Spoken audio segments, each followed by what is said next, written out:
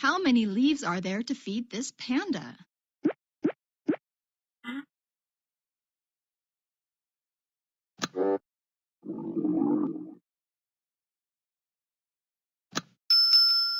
Three, two, 1, 0.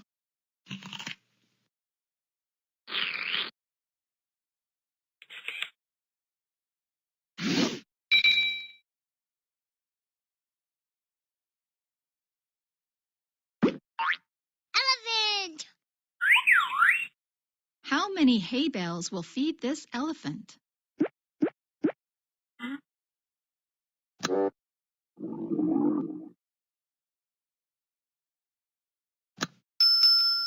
Four, 3, 2, 1. 0.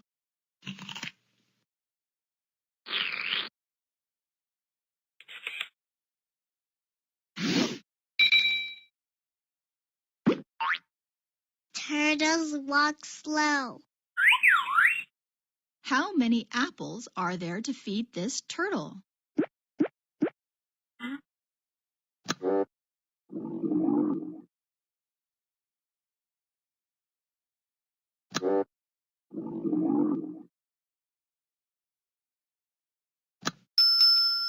Three, 2, 1. 0.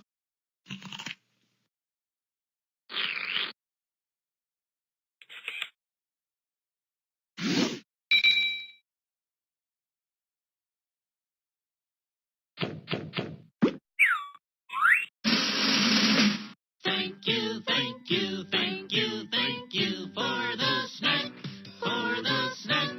Each and every biteful was ever so delightful. Please come back, please come back.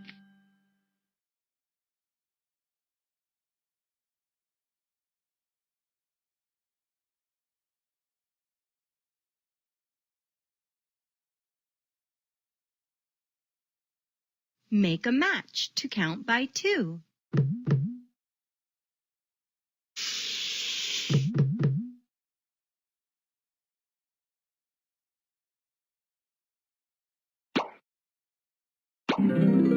Two.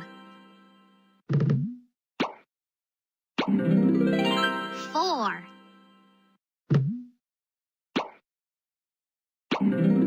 6.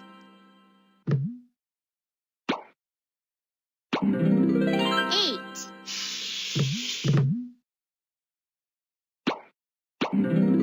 10. 12. 14. 16. 18. 20.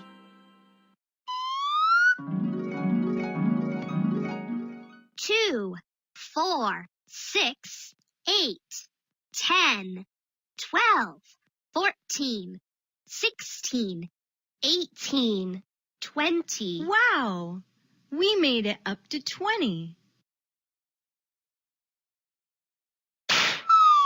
18. 16. 14. 12. 10. 8. 6. 4. 2. 0. We just counted by 2s. Well done!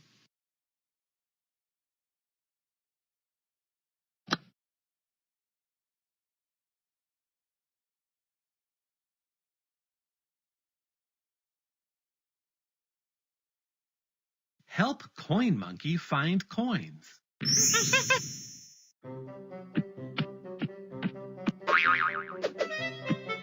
You found a penny.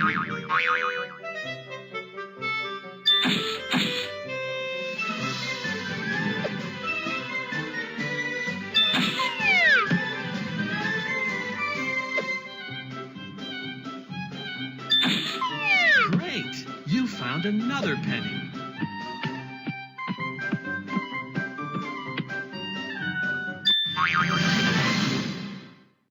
Let's make a nickel. 1, 2, 3, 4, 5 cents. Nickel! A nickel is worth 5 cents. A nickel is worth 5 cents.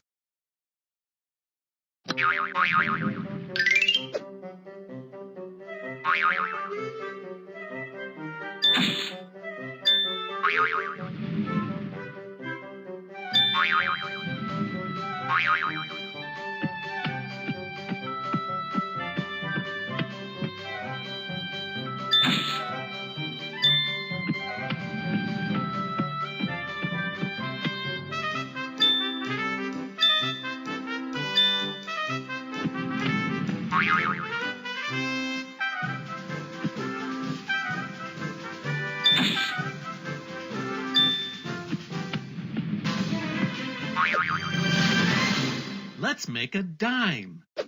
1, 2, 3, 4, 5, 6, 7, 8, 9, 10 cents. Dime! A dime is worth 10 cents. A dime is worth 10 cents.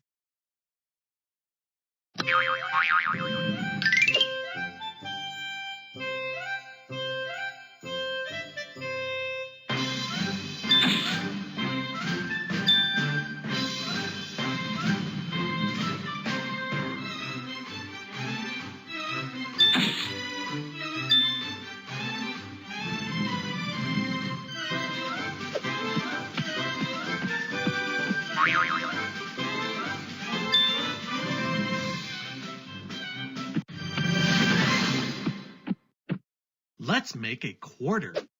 5, 10, 15, 20, 25 cents. Quarter!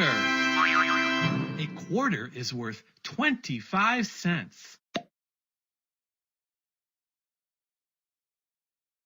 A quarter is worth 25 cents.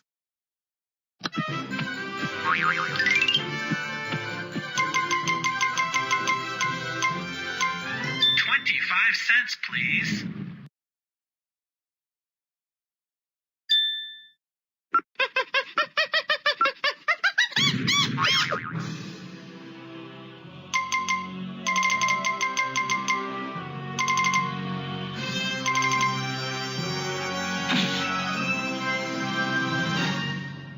Awesome!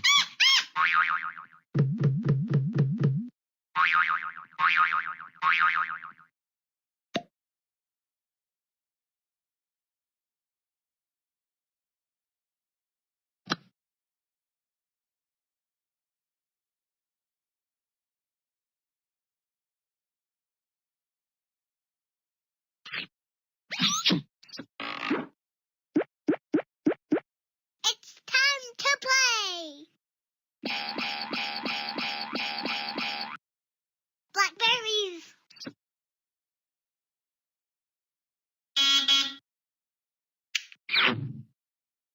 4 is less than 5.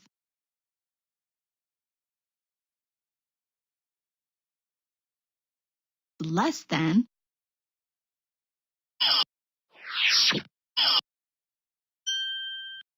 Peaches.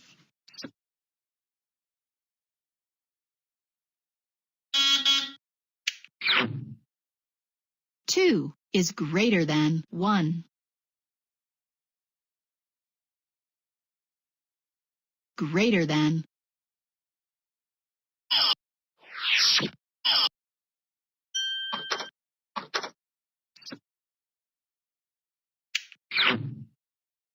2 is greater than 1. Greater than. I like cherries. 1 is equal to 1. 1 is equal to 1.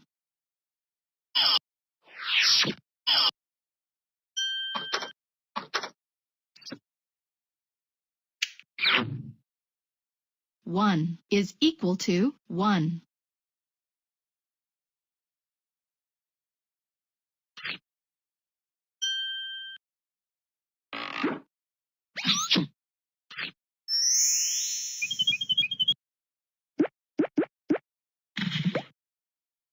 I love smoothies.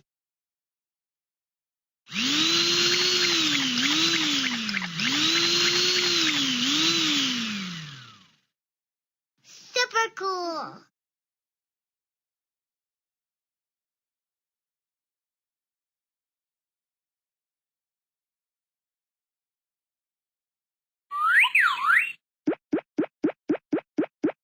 Place cookies in the tray to count up. Take cookies out of the tray to count down. 1. You added 1. Now there are 2 cookies. 3. 4. 5. 6. 7. 8. Now it's 9 cookies. 10.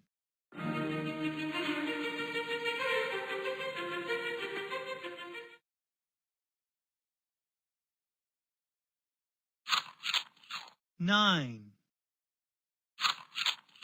8. 7. 6. 5. 4. 3. 2. 1. 0. Wahoo!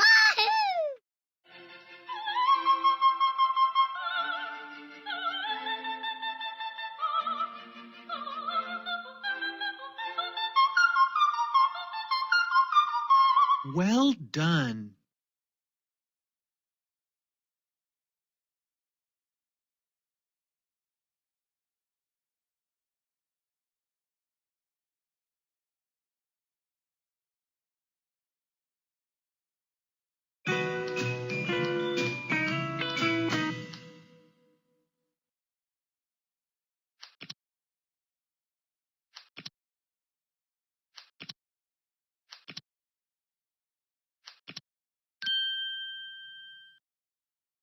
Dime, dime, thin and small.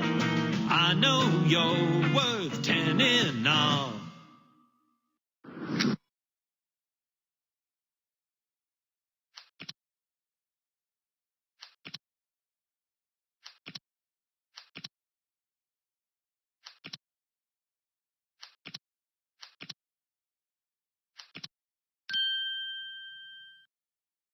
Quarter, quarter, big and bold.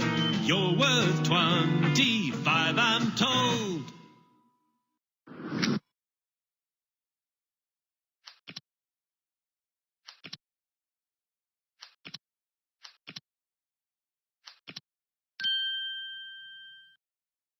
Nickel, nickel, thick and fat. You're worth 5 cents, I know that.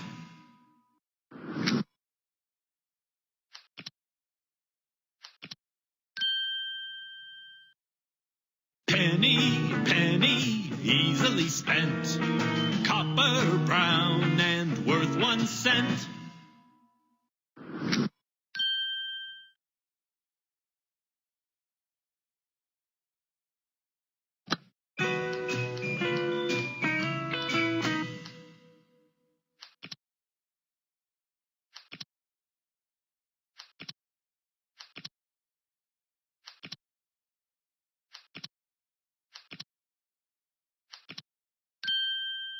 A penny is worth 1 cent.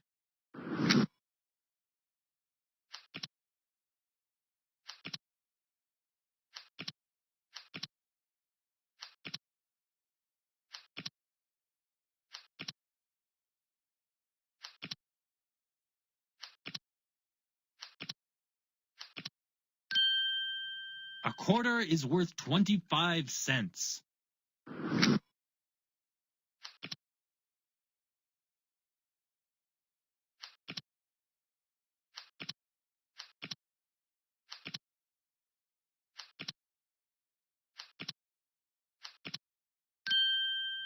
A dime is worth 10 cents.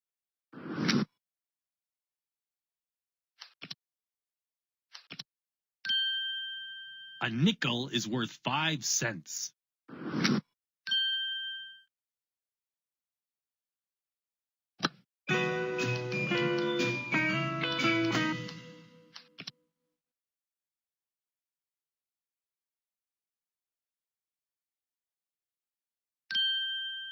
$0.10.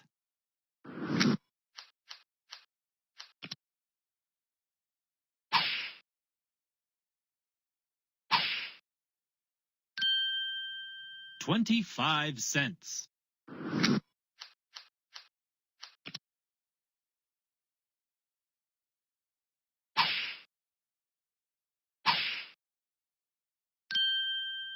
$0.06.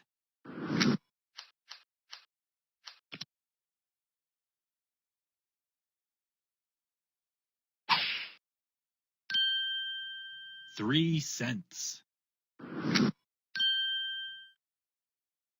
Shiny coins all in a row. Look at all the coins you know.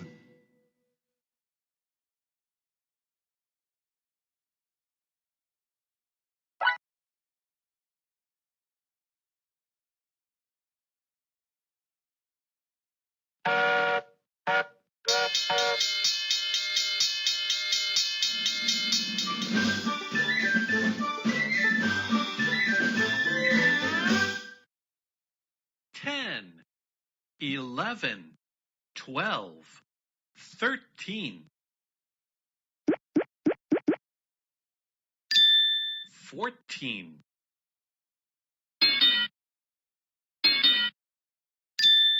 $15, $16, $17, $18, $19, $20.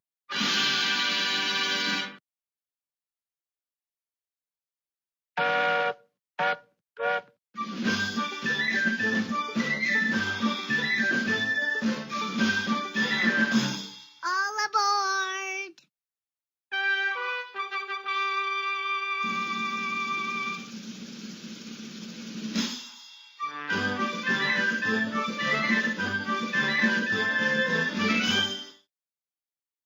$40, $41, $42, $43,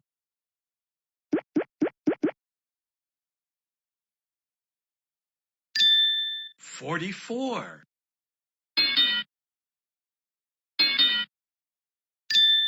$45, $46, $47, $48, $49, $50.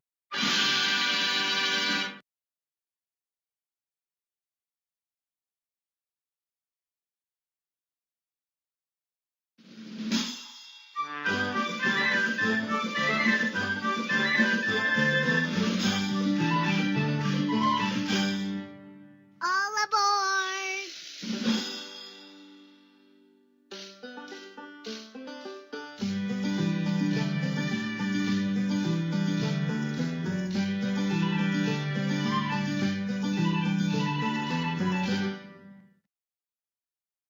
$90, $91, $92, $93, $94, $95, $96, $97, $98, $99, $100.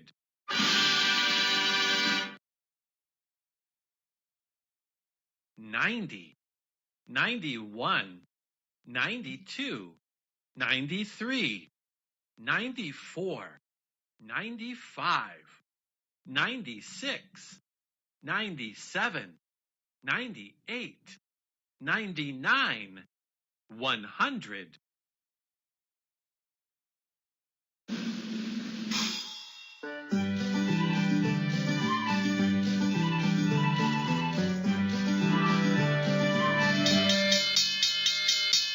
All aboard!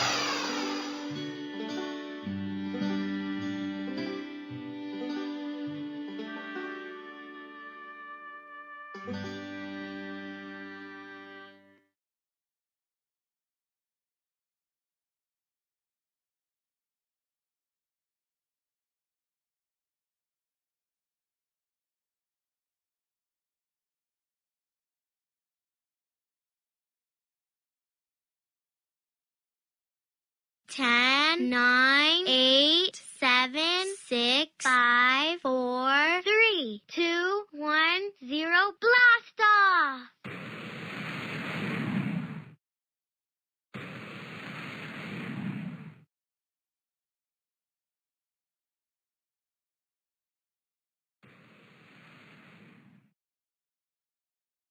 Ten balloons. 9 balloons. 8 balloons. 7 balloons. 6 balloons. 5 balloons. 4 balloons. 3 balloons. 2 balloons. 1 balloon. 0 balloons. 0! If I had 10 apples and gave them all away, I would then have 0 apples today. 10, 9, 8, 7, 6, 5, and 4, 3, 2, 1, 0. Now I have no more. 0, 0, 0, 0 apples today. 0, 0, 0 apples. I gave them all away. We each have an apple we can buy. Once we eat all our apples, there'll be 0 apples inside. 10, 9, 8, 7, 6, 5, and 4, 3, 2, 1, 0. Now there are no more. 0, 0, 0, 0 apples we say. 0, 0, 0 apples, we ate them all today.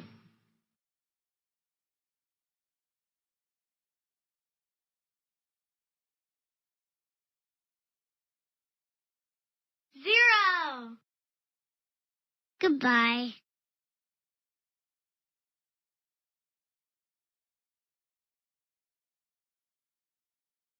The Cobbler and the Elves, as told by Brandy Chase. Illustrated by Aaron Vaganos. Not so long ago, a cobbler lived with his wife above their shoe shop. Even though this cobbler was a hard-working fellow, he did not sell very many shoes. People were buying factory-made shoes instead of handmade ones.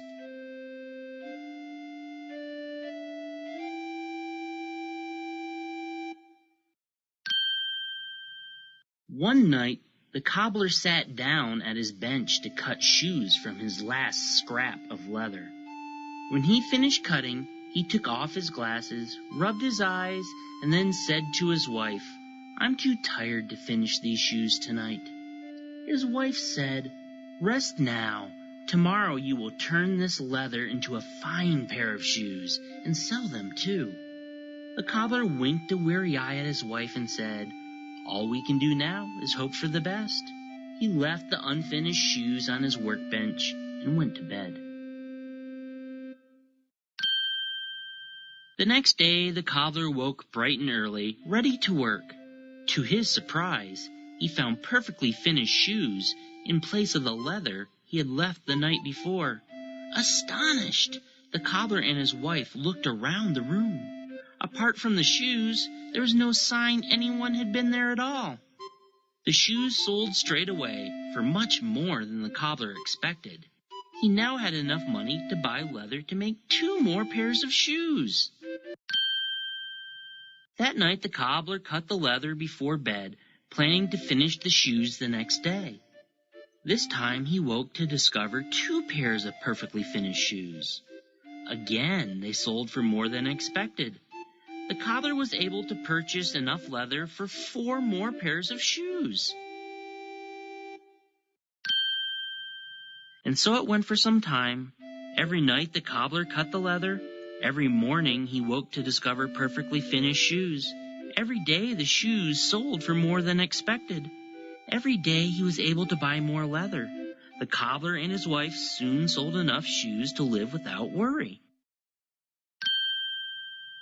One evening the cobbler's wife said, "Our lives are much better now. I wonder who has been helping us all this time." The cobbler winked a cheery eye at his wife and said, "I don't know about you, but I'm not the slightest bit sleepy. Let's wait up and see what happens."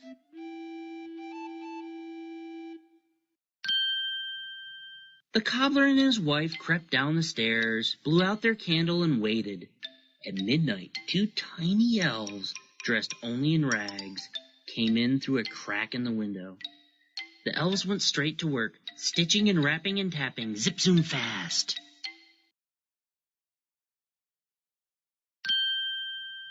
When the shoes were finished, the elves frolicked and pranced in a circle, chanting, "We 2 cobblers work late at night, still every stitch is stitched just right."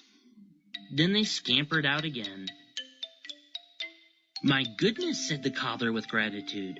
"What can we do to thank them?"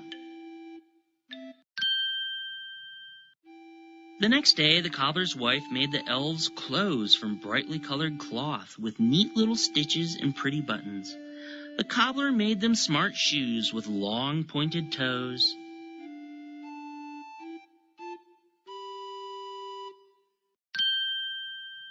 That night, the cobbler and his wife laid out the gifts, then waited as before to see what would happen. The elves arrived at midnight. At first they were astonished to find the clothes and shoes instead of leather, but soon laughed with joy. They put on the gifts, then frolicked and pranced in a circle, chanting, "We were cobblers, yes, it's true, but now our cobbling days are through." Then they scampered out through the window. The cobbler and his wife never saw the elves again, but thanks to their help lived a long, happy life free of worry.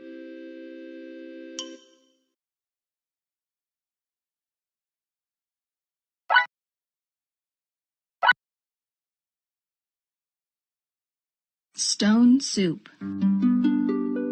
As told by Brandy Chase. Illustrated by Annette Fry. One day, a kindly traveler came upon a cold and lonely village. He carried only a knapsack filled with kindling and an empty iron pot. The village seemed an unfriendly place. The streets were empty, and every window and door was locked. The traveler was tired. He was hungry, too. He walked to a house and knocked on the door. He thought he heard someone move inside. He thought he saw a curtain move, but no one answered.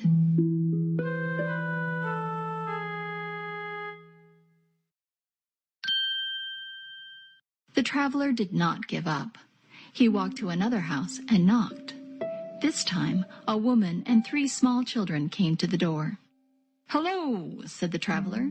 "I am looking for a place to rest my head and a bite to eat. Can you help me?" "No," said the woman. "We have not had any food for days. My own children are hungry. You should go on to the next village." The traveler smiled and said, My, you are in worse shape than I am. Not to worry, I will happily share my stone soup with you. All we need is water from my pot and a fire." The children gathered water and wood. The traveler used his kindling to start the fire.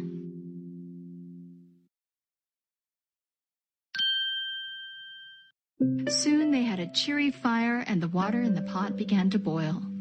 The traveler pulled 3 smooth stones from his pocket and dropped them, plop, plop, plop, into the pot. The woman could not believe her eyes. "A soup from stones?" she asked. "Yes," said the traveler. "It is quite delicious, although it would be a bit tastier with salt and herbs."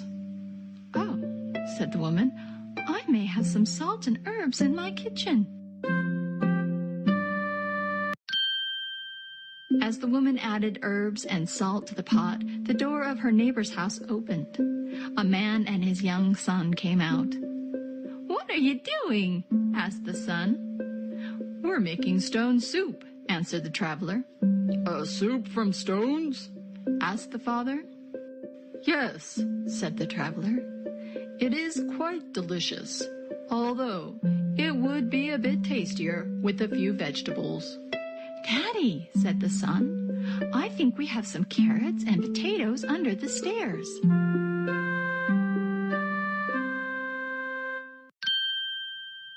The man and his son added carrots and potatoes to the pot. The smell of the stone soup lifted into the air.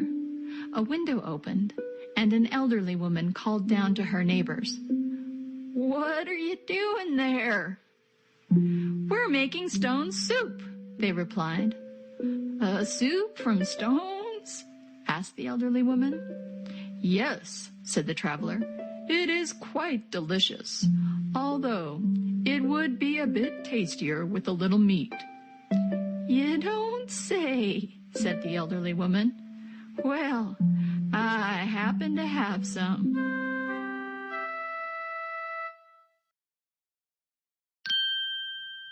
One by one, the villagers opened their doors. Each brought a little something to add to the stone soup. When the pot was full, villagers offered bread, butter, and other goodies. One villager even shared his homemade apple cider. The traveler exclaimed, "This will be a meal fit for a king!"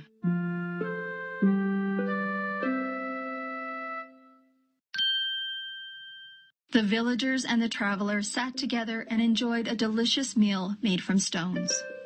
Their tummies full of food and their hearts full of joy, they declared to one another, "Who would have imagined such a meal? The stones must be magic." The traveler answered, No, there is no magic in these stones. Each of us shared just a little, and together we have made a feast."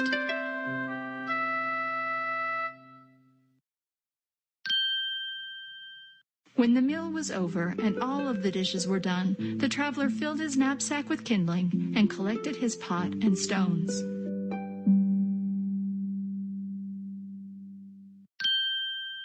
At dawn, the traveler continued on his way. The villagers waved and shouted their thanks until he was out of sight. "What shall we eat today?" they asked one another. A child held up a stone and said, "I have an idea. Let's make stone soup."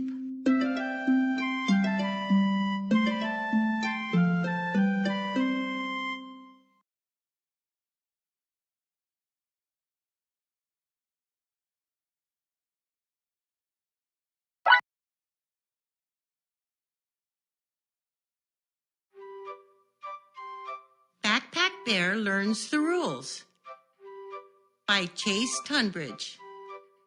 Illustrated by Dale Beisel.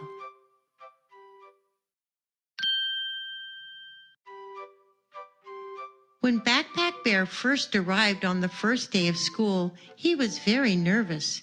He was so nervous, in fact, that he hid. He worried that the children wouldn't like having a bear in their class. His teacher, Mrs. Elliott, noticed he was missing.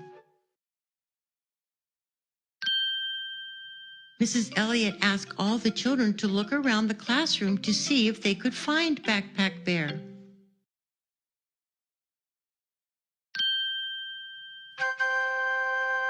When the children found his hiding spot, one of them said, "Welcome to our class." Another said, "You can sit by me."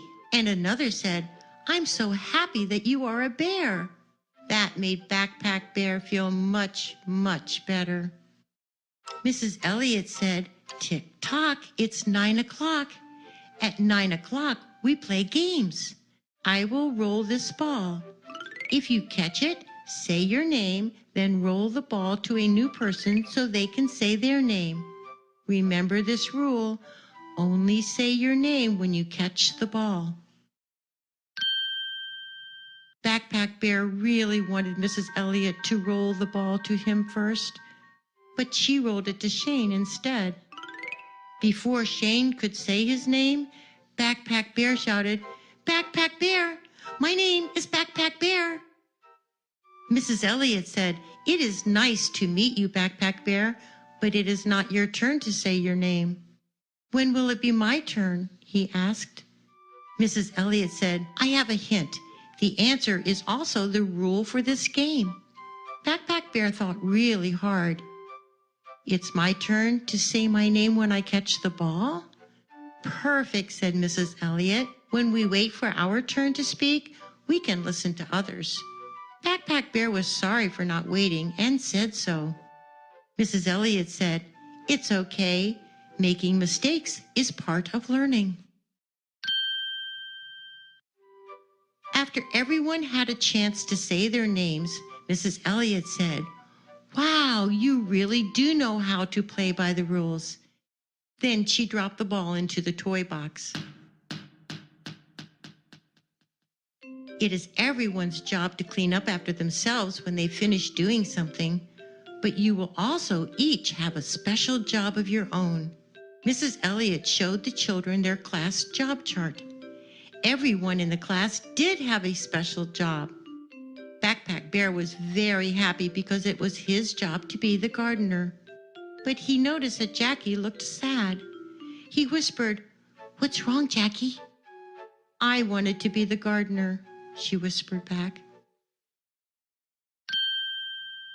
Mrs. Elliott said, "Now that you know your jobs, I will answer the questions of children and bears who raise their hands or paws." Backpack Bear raised his paw. "Can I trade jobs with Jackie? She wants to be the gardener." Mrs. Elliott said, "It is nice of you to think of Jackie's feelings. You are the gardener this week. Jackie can be the gardener next week." Jackie smiled. Mrs. Elliott said, "Tick-tock, it's 10 o'clock. At 10 o'clock, we go to the computer lab. Where are our line leader and door opener?" Shane yelled, "I'm the line leader." Jackie shouted, "I'm the door opener, I'll race you." Backpack Bear cried, "I can't wait to learn about computers." Mrs. Elliott said, "Before we go, I have 2 rules to teach you. The first rule is walk when you are indoors. The second rule is speak softly. Who can tell me why the first rule is important?" Jackie raised her hand. "Because if we run, we might fall down and get hurt?" "That is a very good reason," said Mrs. Elliott. "What about the second rule?" Shy little Leslie raised her hand. "We should speak softly so other children can hear their teachers." Backpack Bear thought about it and he decided they were right. The children walked to the computer lab. Shane and Backpack Bear spoke very softly. Backpack Bear had heard about computers, but he had never used one before. He had a lot of questions. "I have a computer at my house," said Shane. "I can show you how they work." Backpack Bear and Shane shared a computer. Shane used the mouse the most because he was showing Backpack Bear how to use it. Backpack Bear really wanted to use the mouse the most. It was hard for him to wait his turn and to listen, but he did it. Mrs. Elliot said, "Tick-tock, it's 11 o'clock. Computer lab time is over. Our time is about to begin." The children hung up their headsets, pushed in their chairs, and then lined up behind Shane. When Jackie opened the door, they walked quietly back to their classroom. Backpack Bear didn't want to paint. He wanted to find out more about computers instead. "What are you doing, Backpack Bear?" asked Mrs. Elliot. "I'm looking for a book about computers," he said. Mrs. Elliot smiled. "You're very clever to look for a book when you want to know more about something. But right now, we are painting." Leslie painted clouds and a big yellow sun. Shane painted 6 slithering snakes. Jackie painted a bright red flower. Backpack Bear painted a computer because he was still thinking about how much he liked using one.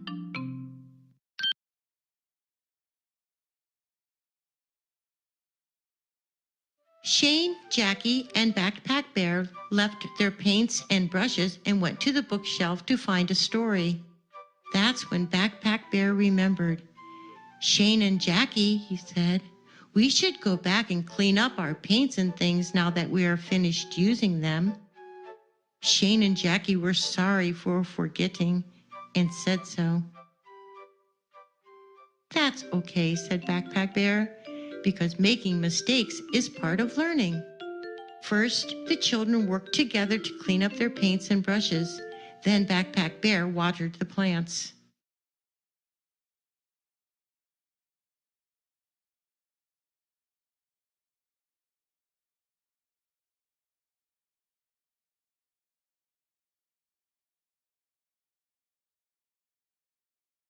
Shane, Jackie, and Backpack Bear left their paints and brushes and went.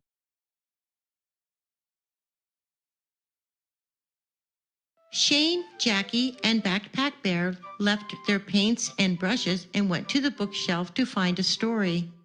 That's when Backpack Bear remembered.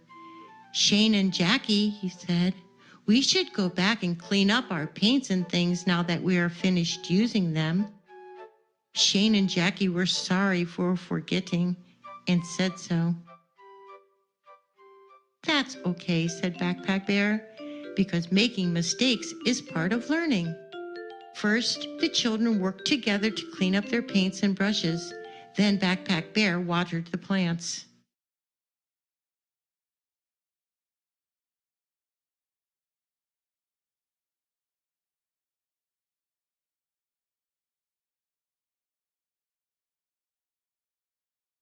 The Three Little Pigs. As told by Brandy Chase, illustrated by Triska Wasser.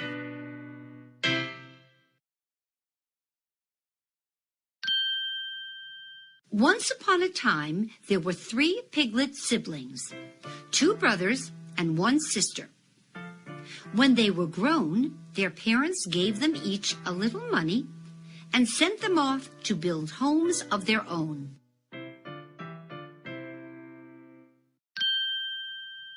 Along the way, the siblings met a straw salesman. Said the first little pig, "Straw is very inexpensive.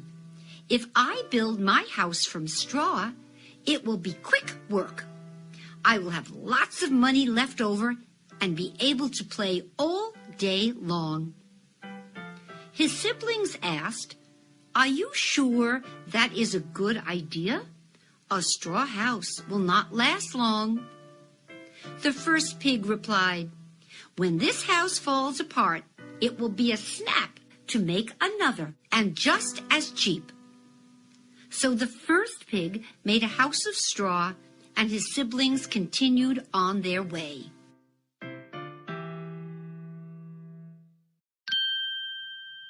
The siblings met a man carrying sticks. Said the second little pig, "Sticks are more expensive than straw, but the house will still be easy to build. I'll have some money left over and most of the day to play." Her brother said, "True, a stick house is a better idea than a straw house, but it will often need repairs." The second pig replied, "When this house needs fixing, I will gather sticks off the ground." So the second pig set to work making a house of sticks, and her brother continued on his way. The third little pig met a woman selling bricks. Said the third little pig, "I would like to build a brick house. Is it easy to do?" The brick maker said, "Bricks are very expensive. It will take you many days and hard work to build your house. But when you are done, you will have a sturdy house that will last your whole life long." The third pig replied, "That sounds like a very good idea." So the third pig set to work making a house of bricks. Not long after, a big, toothy wolf knocked on the door of the straw house. Said the wolf, little pig, let me come in."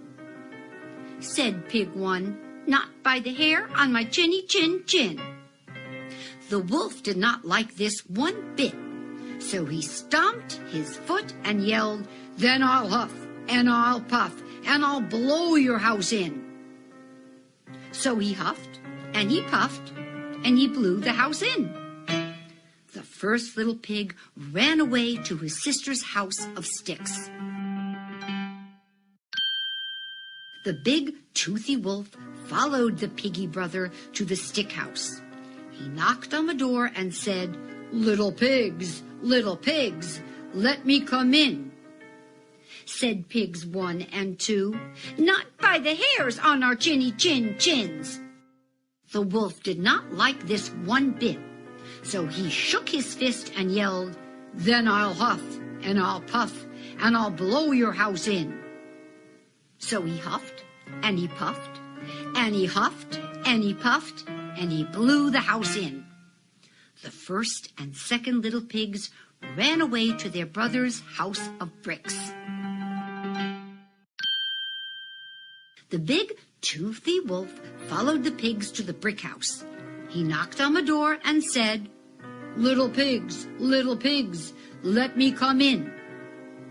Said pigs 1, 2, and 3, "Not by the hairs on our chinny chin chins." The wolf did not like this one bit, so he jumped up and down and yelled, "Then I'll huff, and I'll puff, and I'll blow your house in." So he huffed, and he puffed, and he huffed, and he puffed, and he huffed, and he puffed, but he could not blow the brick house down.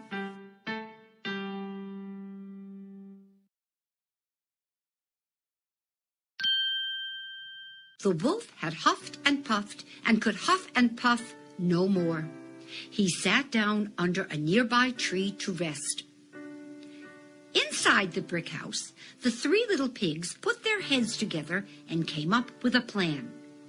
"Yes," said the 3, "we have a very good idea."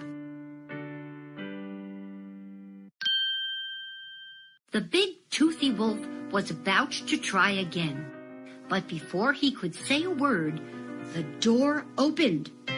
The 3 little pigs stood in the doorway. Said the third little pig, "What do you want exactly?" Said the wolf, "Well, I want to come in.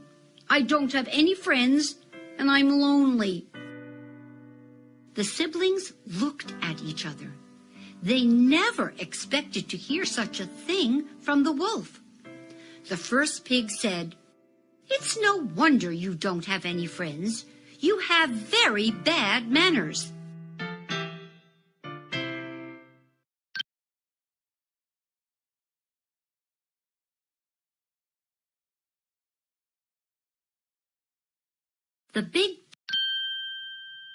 The three little pigs did not let the wolf in that day.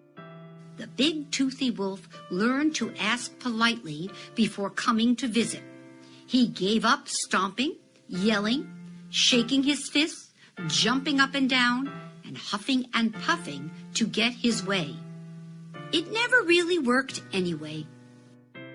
Eventually, the wolf and the three little pigs became friends. You see, just like a brick house, good friendships take time to build. Once you do, they're sure to last a lifetime.